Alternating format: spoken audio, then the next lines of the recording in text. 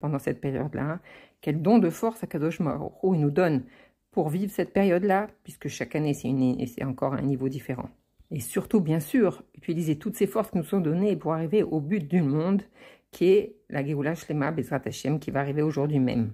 Bezrat Hashem, déjà dans les premiers moments du Chodesh Tammuz, on a le mérite d'accueillir Melech HaMashiach. Et cette année a la même configuration que l'année 1927, l'année où le rabbi précédent a été emprisonné. Et le gouvernement communiste qu'il y avait à l'époque s'est battu de toutes ses forces et a décrété beaucoup de lois empêchant l'évolution du judaïsme, empêchant la pratique du judaïsme et des mitzvot. Et toute religion était interdite, et à plus forte raison la religion du Hémet, contre la Yahadout. Il y avait même une cellule spéciale qui était chargée, le KGB, d'interdire et de vérifier tous les agissements des Juifs pour interdire toute manifestation religieuse dans le judaïsme. Et là, il y avait un seul homme qui s'est levé contre ce gouvernement, et c'était le Rabbi Grayatz. Et il décide, contre toute peur et toute intimidation, de se battre contre ce gouvernement d'une manière dévoilée et avec grande détermination.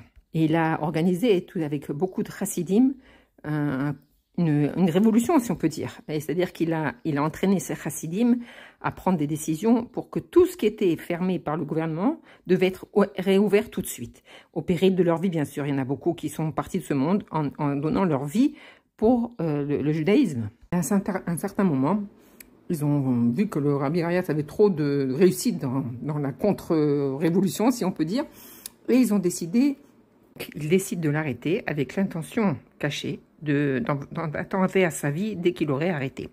Et donc il débarque dans son appartement d'une manière très très violente, en faisant des fouilles, vraiment en étant très très grossier, si on peut dire. Et on sait que aussi c'était donc le 15 Sivan 1927. Et le Rabbi Grayatz a écrit ses mémoires, et il a écrit toute une partie sur ce moment de sa vie. Et donc c'est très recommandé pour chacun d'étudier et de lire tout ce journal de son arrestation et de tout ce qu'il a passé en prison. Ça donne beaucoup beaucoup de force. Et on sait qu'il avait l'ordre de rentrer dans un certain bureau, et on sait que derrière ce bureau il y avait quelqu'un qui était chargé de tirer sur la personne qui ouvrait la porte. Et le Rabbi Grayatz a décidé de ne pas faire ce qu'on lui demandait et de rester entier avec lui-même et très ferme sur ses positions et très déterminé sur ses positions et pas de se laisser intimider par quoi que ce soit. Et donc, puisqu'on lui a donné cet ordre-là, lui, il a décidé de prendre une autre porte. Et grâce à ça, il a eu déjà la vie sauve. Ensuite, le matin, c'était déjà l'information était arrivée dans le monde entier que le Rabbi Grayatz avait été arrêté. Et donc, il n'était plus question de l'éliminer de cette manière-là. Et donc, il fallait faire un jugement. Bien entendu, le jugement, il a été condamné comme peine de mort, que Dieu préserve. Si on peut consulter son dossier, alors on voit que c'est barré.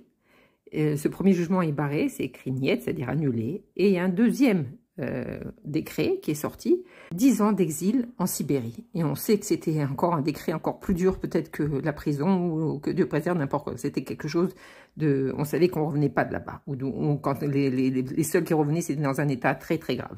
Ensuite, ce décret aussi a été annulé avec niet et sorti un troisième décret qu'il était exilé pendant 3 ans à Castrama. Ce qui paraissait être une peine un peu plus allégée, puisque ce n'était pas des travaux forcés, mais c'était juste être enfermé, éloigné de sa famille. Mais d'un autre côté, on ne savait pas, tout pouvait se passer dans ces endroits-là. C'était très dangereux, on ne savait pas ce qui se passait. Bien sûr, tous ces nissim, toutes ces progressions dans son dossier, c'est Akadosh Baruch Hu qui dirige le monde, mais c'était habillé dans la teva. C'est la pression de tout le monde, et surtout, la pression, c'est le Rabbi Melech HaMashiach qui a organisé tout l'avancement du dossier et la pression faite sur le gouvernement russe. Le Rabbi Grayatz c'était un tzaddik reconnu dans le monde entier, et donc la pression elle était très forte sur le gouvernement russe. Et donc, apparemment, ils sont venus le jeudi lui annoncer qu'il allait être transporté à Castrama et que ce voyage se ferait Shabbat. Leur but, c'est de montrer aux yeux du monde qu'ils avaient réussi à plier ce juif, que ce juif allait voyager Shabbat pour sauver sa vie. Parce que c'était impensable, même pas dans les rêves de personne, qu'une personne allait refuser de sortir de la prison pour une question de judaïsme. On sait même qu'à Alpidine, quand la vie est en danger, alors on sauve la vie. Et Shabbat, c'est au-dessus de Shabbat. Donc le Rabbi Grayatz, fidèle à lui-même, comme il avait déclaré qu'il ne serait pas impressionné et qu'il ne plierait pas sous ces autorités-là, même au péril, il a reçu beaucoup de coups et on sait que c'est ce qui lui a provoqué toute sa maladie et le fait d'être sur une chaise roulante, c'est tous les coups qu'il a reçus. Et donc il a déclaré qu'il ne voyagerait pas Shabbat. Et là, il y a encore un S, c'est puisque le Rabbi Rayatz, il a été Betokef, sans plier, au lieu que ça provoque qu'on va le punir encore plus, ça a provoqué qu'ils ont accepté. Ils ont accepté qu'il ne voyageait pas Shabbat et qu'il allait voyager, donc dimanche, qui était Gimel Tammuz. Donc le dimanche, on lui a permis de rentrer chez lui pour préparer ses affaires. On lui a permis de prendre quelqu'un qui allait l'accompagner. Et il a choisi sa fille, la rabbinite Raya Mouchka, qui à l'époque n'était pas encore mariée au rabbi, mais qui était fiancée au rabbi. Ensuite, ils se sont rendus à la gare. Et à la gare, devant les yeux de tous les communistes, il y avait beaucoup de chassidim qui mettaient en vérité leur vie en danger parce que c'était très délicat de soutenir le rabbi. Et là, le rabbi Rayatz a prononcé un mamar. Ensuite, ils ont voyagé et ils sont arrivés à Kastrama. Et 10 jours après, c'était Yud Bet Tammuz, on lui annonce qu'il allait être libéré. Mais comme les bureaux étaient fermés parce que c'était une fête locale, alors il a reçu la permission de sortir que le lendemain, le 13 Tammuz. Et donc il a pu rentrer chez lui donc le 13 Tammuz, et là il a pu prononcer Birkat HaGomel. Après, il écrit une lettre en disant que c'est pas seulement lui qu'Akadosh Baruch Hu il a libéré, mais c'est tous ceux qui chérissent la Torah, tous ceux qui pratiquent Torah et mitzvot, et même ceux qui portent juste le nom de juif. Et ça c'est très important, ça veut dire que tout juif, ne serait-ce qu'il ne pratique pas Torah et mitzvot, mais simplement qu'il est juif, alors il doit savoir qu'il a une fête qui s'appelle Yud Bet Yud Gimel Tammuz. Et comment on doit fêter cette fête? Justement en organisant des Hidvadouyot et prendre des bonnes décisions d'augmenter dans l'étude de la Torah et d'Afka en public. C'est vraiment bidiouk la réponse du Rabbi Rayatz qu'on a voulu éteindre la lumière et lui il veut qu'on rajoute la lumière. On voit cette clipa qui s'oppose à la Kedusha et qui s'oppose à la Neshama Klalit de tout l'âme Israël, en l'humiliant, en la brisant, en essayant de vraiment lui porter atteinte par des coups et des blessures. On a de ce côté-là. Et de l'autre côté, on a le Rabbi Rayatz qui ne se laisse pas impressionner, qui est déterminé dans son chemin. Et on voit que Dafka, ce comportement, ce qui fait que c'est lui qui abaisse la clipa. Et donc, ceux qui l'ont arrêté, c'est les mêmes qui l'ont libéré, qui ont dû signer sur son permis de sortir. Et en fait, le rabbi explique que le 12 et 13 Tammuz, c'est la grande fête, mais en fait, d'où vient cette libération? Où est la source de cette libération? Elle se trouve dans Gimel Tammuz. C'est le jour où tout a basculé, puisqu'il y avait tous ces décrets qui étaient sur lui, et Gimel Tammuz, sa vie, elle a été sauvée.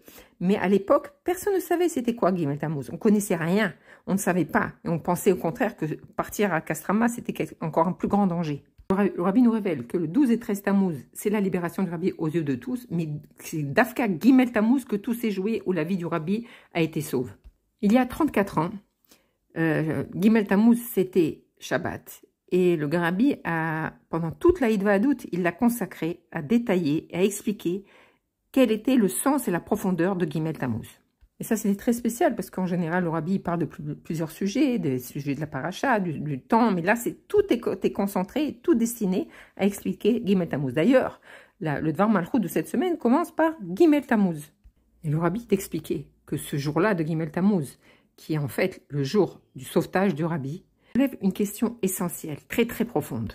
On sait qu'il y a une différence entre les natures et les miracles. La nature, c'est Akadosh Baruch Hu, il a créé un monde où il est complètement voilé dans ce monde à tel point que le monde ignore quelle est sa source, ignore tout Akadosh Baruch Hu, et le monde a l'impression de se renouveler et d'après les lois de la nature, sans aucune intervention divine. Et ce monde s'appelle le monde d'en bas, Tarton, chez En Tarton Mimenu, c'est-à-dire que le monde ne connaît même pas sa source. C'est l'obscurité la plus profonde. Et pourquoi Akadosh Baruch Hu, il a créé un monde tellement obscur qu'on ne voit pas? Pour que vienne le juif et vienne révéler que Eno Milvado, que tout est Dieu. Et qu'Hachem recrée le monde à chaque instant et qu'il ne peut pas y avoir quelque chose qui vit sans la création de Dieu. C'est Dieu qui crée chaque chose à chaque instant. Ça, c'est l'histoire de la Teva, de la nature, du monde. Et il y a une autre conduite, c'est la conduite miraculeuse. C'est-à-dire comment Kadosh Baruch Hu, il brise, si on peut dire, la nature pour intervenir. C'est-à-dire que ce n'est pas le monde qui se conduit naturellement, mais il y a une intervention divine directe. Dafka, c'est ce qu'on vient de vivre tous ces jours-là. C'est inimaginable, tous les miracles qu'on entend, et encore, c'est qu'une partie qui est dévoilée. Mais vraiment, tous les jours, il y a des personnes qui viennent raconter les miracles qu'ils ont vécus, comment le Til, il est tombé juste au moment où il était là, où il est là. Vraiment quelque chose extraordinaire. C'est même pas imaginable. Même dans un film, ça peut pas se faire. Et pourtant, c'est la réalité. Et on a une conduite où on voit pas Dieu, et le monde, il a l'impression de s'auto-gérer. Et d'un autre côté, on voit Dieu qui se révèle et qui révèle le Hémet. Le Hémet de Kadosh Baruch Hu, il n'y a rien en dehors de lui. Et donc, le Rabbi pose une question. Puisqu'Akadosh Baruch Hu, il est intervenu dans toute cette histoire du Rabbi Rayatz, comme on a vu s'échanger en plusieurs fois, et pendant tout le long, on a vu des interventions divines.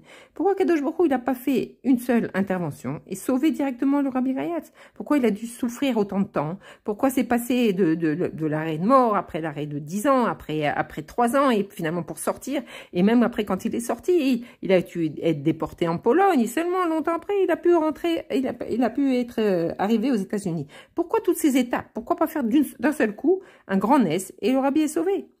On voit que même après qu'il soit arrivé aux États-Unis, alors ce gouvernement communiste a continué à s'opposer au judaïsme, et c'est seulement 60 ou 70 ans après que le communisme est tombé. Et pendant tout ce temps-là, le Rabbi Rayatz et ensuite le Rabbi a continué à diriger le réseau clandestin, si on peut dire, du judaïsme, pour maintenir un certain niveau de judaïsme, où il y avait des brit milot, où il y avait des mariages, où il y avait des mikvaot, des études. Et ça, c'est tout en clandestin. C'était en clandestin. Donc c'est juste qu'en année Tafshin Nun que le communisme est tombé, et on voit quelque chose d'extraordinaire, la transformation qui s'est opérée. Que le pays où il y avait un tel acharnement sur le judaïsme, c'est devenu le pays où il y a, peut-être c'est un des seuls pays où il y a une floraison des bêtes Chabad comme incroyable, où le mouvement Chabad a une force et un kavod, vraiment on respecte, on les aide dans le gouvernement. Donc c'est une transformation complète de l'obscurité la plus totale à la victoire la plus grande. Et donc le Rabbi, pour nous expliquer pourquoi cette succession d'étapes pour arriver, sauf à cette transformation totale, il vient nous rapporter un autre fait qui s'est passé Gimel Tammuz. Beaucoup de générations. On sait qu'après 40 ans dans le désert, quand est arrivé 7 Adar, et que Moshe Rabbeinu, c'était son anniversaire, et qu'il est parti de ce monde, bien qu'on sait qu'il est toujours vivant. Donc, qui a pris la suite? C'est Yoshua. Et donc, un mois après, ou un peu plus qu'un mois après, c'était le 10 et le 11 Nissan, il est rentré en Israël, et donc a commencé la conquête d'Israël. Ensuite, le 28 Nissan, il y a eu la conquête de Jéricho. Donc, il a continué la conquête. Et le jour de Gimel Tammuz, alors la bataille était très rude.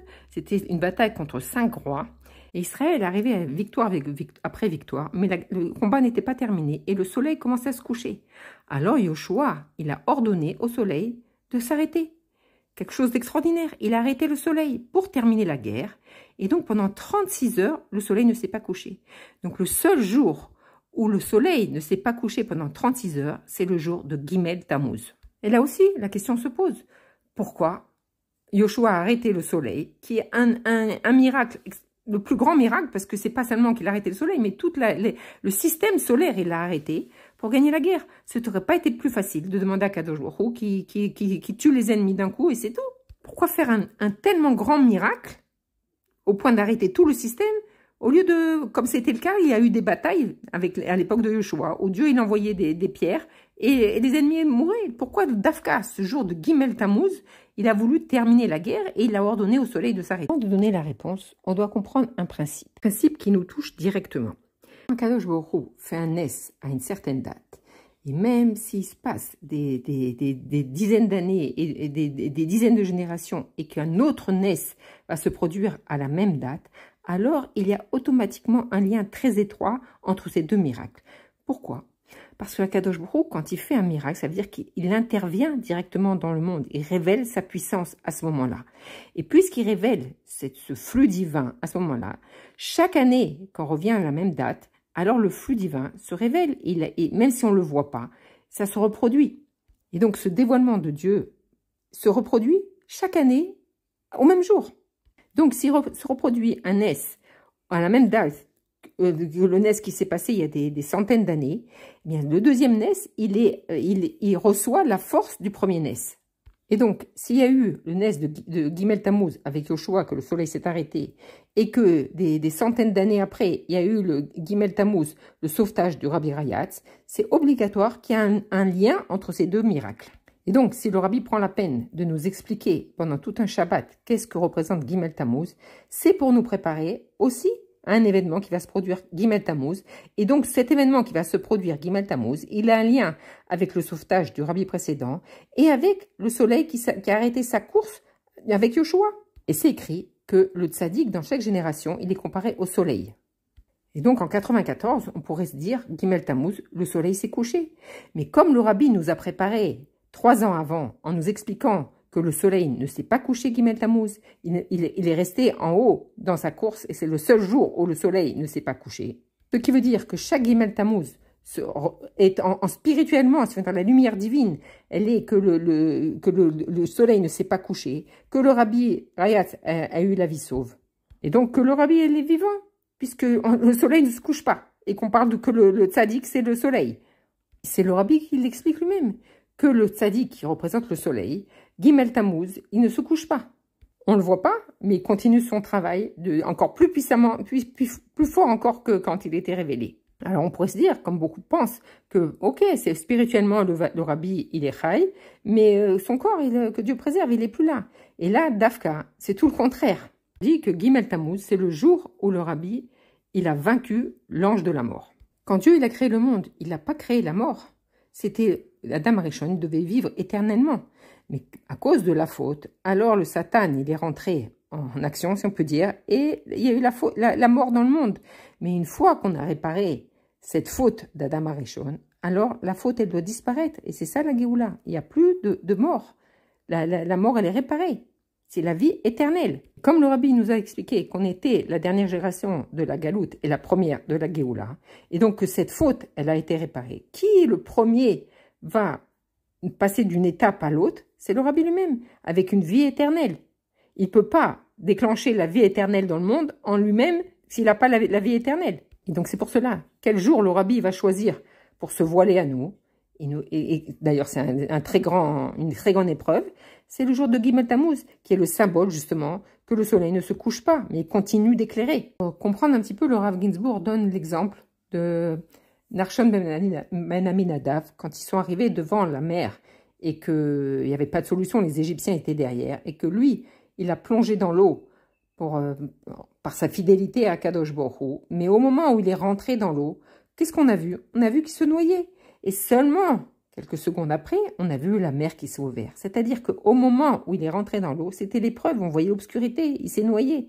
Et seulement après, on a révélé l'épreuve, la grande lumière, que l'eau s'est ouverte. C'est-à-dire que ce moment de l'épreuve, où il peut durer quelques instants, ou malheureusement, il peut durer beaucoup d'années. Et donc, si on peut dire, c'est ce qui nous arrive. On est plongé dans ce moment-là où on a l'impression que c'est fini, que ça y est, il est noyé, il y a plus rien. Et puis, on va comprendre aujourd'hui même que c'est Dafka, à ce moment-là, qui va permettre l'ouverture et qui va permettre la Géoula. Et d'ailleurs, il a continué à expliquer que si, d'après la logique, on avait dit à ce moment de Gimel Tammuz, qu'est-ce qui va arriver au mouvement Chabad? Tout le mouvement Chabad tient sur les épaules du Rabbi. Qu'est-ce qui va arriver? Tout le monde aurait dit, maintenant, ça va être la fin du mouvement Chabad. À tel point que, Dafka, à ce moment-là, les autorités de la ville de New York ont envoyé des équipes de psychologues pour soutenir tous les jeunes, tous les gens qui n'allaient pas pouvoir supporter cette épreuve.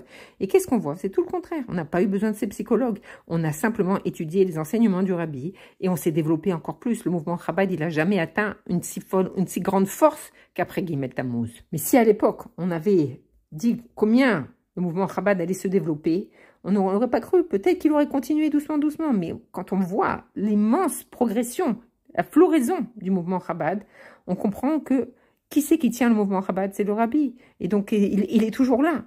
D'ailleurs, Dafka, ces jours-ci, on voit comment le Rabbi, il influence et il dirige et il donne les forces. Quand on voit Bibi Netanyahou, comme la veille de toute cette campagne-là, cette mission, qu'il a reçu ce cadre, la photo avec le président argentin, lui a donné en cadeau sa photo avec le Rabbi et qu'il a dit c'est le Navi. Et on voit comment après, il a été prié au Kotel, comment il a remercié Akadosh Baruch Hu. On voit comment le Rabbi l'a directement influencé, qu'il a eu cet éveil vers Akadosh Baruch Hu. Et donc on voit comme tout était prévu d'avant, qu'Akadosh Baruch Hu, il a prévu que ce Gimel Tammuz de Yoshua déjà nous donnait le message que le soleil ne se couche pas. Et donc on revient à la question, pourquoi, puisque Akadosh Baruch Hu, il fait de tels miracles, pourquoi passer par cette épreuve qui dure tellement longtemps? Pourquoi il ne nous envoie pas la Géoula d'un seul coup? La victoire contre le Satan d'un seul coup?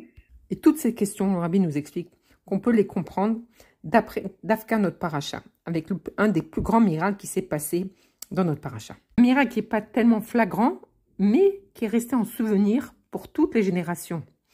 On voit que après la révolte de Korach, qui s'est révolté contre le fait que Moshe, il a pris son frère pour lui donner le poste le plus haut, et que lui aussi, descendant de la même famille, il voulait la Kohanout. Et on voit tout ce qui s'est passé, la révolte, que Dieu, après ils ont offert les encens, les encensoirs, et il y a eu toute cette épidémie, et Akadosh Baruch Hu a englouti Korach et toute sa famille. Et ensuite, il a demandé à Moshe Rabbeinu, pour clore le débat, que chaque prince de tribu donnerait son bâton. Le bâton représente le pouvoir de chaque tribu, et donc au total, il y avait 13 bâtons, parce que Aaron aussi a donné son bâton, de les mettre dans le Kodesh HaKodashim, et que le lendemain matin, vérifier qu'est-ce qui se passe. Et Aaron vient le matin et il voit qu'il y a 12 bâtons qui sont restés des bouts de bois et il y a un bâton qui a fleuri. Et sur ce bâton, non seulement qu'il y a des fleurs, il y a des feuilles, il y a des bourgeons, il y a des fruits, des amandes. C'est-à-dire tout le processus de mûrissement d'une amande, il se trouve sur le bâton. Et donc par là, Akadosh Baruch Hu montre qu'il a choisi Aaron. Et là aussi, il se pose la même question. Ça suffisait de montrer que le bâton fleurissait. Un bâton qui était sec, il fleurit, c'est un grand nez, et donc c'est la preuve qu'Hachem, il a choisi Aaron comme étant Cohen. Pourquoi fallait-il qu'il y ait tout le processus de floraison de l'amande, qui a les feuilles, les fleurs, les bourgeons, et l'amande qui était même comestible? Et on voit même que c'est tellement important que Akadosh Baruch Hu, il a demandé qu'on garde ce bâton pour les générations. Et donc, il a été enfermé avec la manne et tout dans le Aaron. Et qu'à une certaine époque, ça a été sorti. Et on a vu qu'il y avait encore tout le processus sur le bâton par miracle. Pourquoi un tel nez? Pourquoi un grand nez comme ça? Et le rabbi nous expliquait, là se trouve tout le secret de toute l'histoire. Akadosh Baruch Hu, il veut qu'on reconnaisse sa puissance, il veut se révéler. Mais il veut pas que cette révélation, elle soit comme un choc. C'est-à-dire un grand coup, et qui nous laisse en dehors de la situation quelque chose d'émerveillement, et ça passe. Bien sûr, il y a des fois où Akadosh Baruch Hu, il a fait des miracles tellement grands qu'ils n'ont pas utilisé la Teva, comme la mer Rouge, etc. Mais la plupart des Nissim, ils sont complètement habillés dans la Teva, d'une telle manière qu'on pourrait voir que c'est même pas un Nes. Comme on voit dans ce bâton, que non seulement qu'un bâton sec, il est devenu un arbre d'amande, mais que ça a complètement épousé la Teva, puisqu'il y a tout le processus naturel du mûrissement de l'amande. Tout ça, pourquoi? Parce qu'Akadosh Baruch Hu, il veut qu'on se connecte à lui, pas d'une manière où c'est lui qui nous écrase par son révèlement et qu'on n'a pas le choix de voir ce qui se passe, mais il veut que d'en bas, on fasse l'effort de se connecter à lui. Et pour ça, il est obligé de rester dans l'ombre, si on peut dire, et de souffrir le fait qu'on ne le voit pas, pour que la nature, que d'en bas, ça épouse le travail qui se fait d'en haut, pour que justement cette révélation se fasse, mais à travers la nature. Et la conséquence de tout ça, c'est, comme le dit le Rav Ginsburg, c'est la shayarut, ce qui veut dire l'appartenance. C'est le mot secret qui se cache derrière toute cette histoire. Parce que quand il y a un grand nes, on va être waouh, on va dire waouh, on va même danser, etc. Mais on ne se sent pas concerné par l'histoire. Une fois que la chose elle est passée, elle est passée. Je ne me sens pas du tout concernée par ce miracle. Je vois la grandeur d'Akadosh Baruch Hu, mais ça m'imprègne pas. Ça imprègne pas mon intellect et mes sentiments. Mais à partir du moment où ce nes, il rentre dans mon esprit, dans ma vie, dans mes habitudes, dans ce que je connais, alors je me sens appartenir à ça et je reconnais, je sens ce chibour avec Akadosh Baruch Hu. Comme on peut le voir dans tous les nissim qu'on vient de vivre, des nissim extraordinaires, combien des tiles qui tombent en plein milieu de la ville, qui font des dégâts extraordinaires et que ça ne touche pas personne. Bien sûr, on reconnaît qu'il y a eu des morts, mais c'est malheureux, chaque vie humaine, elle est dramatique. Mais par rapport à l'immensité des dégâts, à la force de tous ces tiles, ces bombes, ce n'est rien du tout. Et ce qu'on voit, et on voit d'ailleurs les personnes, elles se sentent tellement concertées, elles sentent tellement qu'Akadosh Baruch Hu, il les a sauvées, que même quand leur maison elle est explosée, ils viennent, ils remercient Akadosh Baruch Hu, ils dansent parce qu'ils se sentent complètement concernés dans l'histoire. Si tout avait été fait par Akadosh Baruch Hu sans que ça soit passé par l'aviation et par toute la force de l'armée, c'était comme un coup de baguette magique. On aurait dit waouh, mais on ne se sent pas concerné. Tandis que là, quand c'est notre armée, c'est Bibi Netanyahou et toute l'armée qui fait qui a accompli toute cette mission et qu'on vit les choses d'en bas, alors on se sent tout à fait concerné par ces miracles. Et donc, qu'est-ce que veut le rabbi? Il veut que chaque juif, il se sent appartenir au rabbi. Il se sent lié au rabbi. Et pour cela, Akadosh Baruch Hu, il n'hésite pas à faire un processus très très long. Et encore une fila, et encore un S, et encore une fila, et encore un miracle là, et encore des petites choses, petits, pour que on intègre toute cette évolution à l'intérieur de nous et qu'on se rattache à Akadosh Baruch Hu, mais du plus profond de nous-mêmes. Akadosh Baruch Hu, il veut qu'on soit associé à la Géoula, qu'on ressente que c'est nous qu'on a amené la Géoula, qu'on est actif dans cette chose-là. Pas que la Géoula, elle vient comme quelque chose d'en haut et c'est tout. Non, il veut que elle naisse par nos efforts, par notre travail. Il provoque un attachement très très profond, du profond de nous-mêmes, vers Akadosh Baruch Hu. Alors que Bezrat Hashem, ce Gimel Tammuz, Tafshin P, et on vive déjà la révélation du Rabbi Melech HaMashiach et qu'on danse tous ensemble au Beth Amikdash. Et combien on voit aujourd'hui que tout le monde est prêt à la venue de Mashiach, parce que c'est ça tout le travail du Rabbi qu'il a instauré en chacun de nous, cette envie et ce travail de révéler la Géoula Bezrat Hashem. Yechi Adonai nous Morenu Verabenu Melech HaMashiach l'Olam Baed Chodesh Tov Umevorach Shabbat Shalom.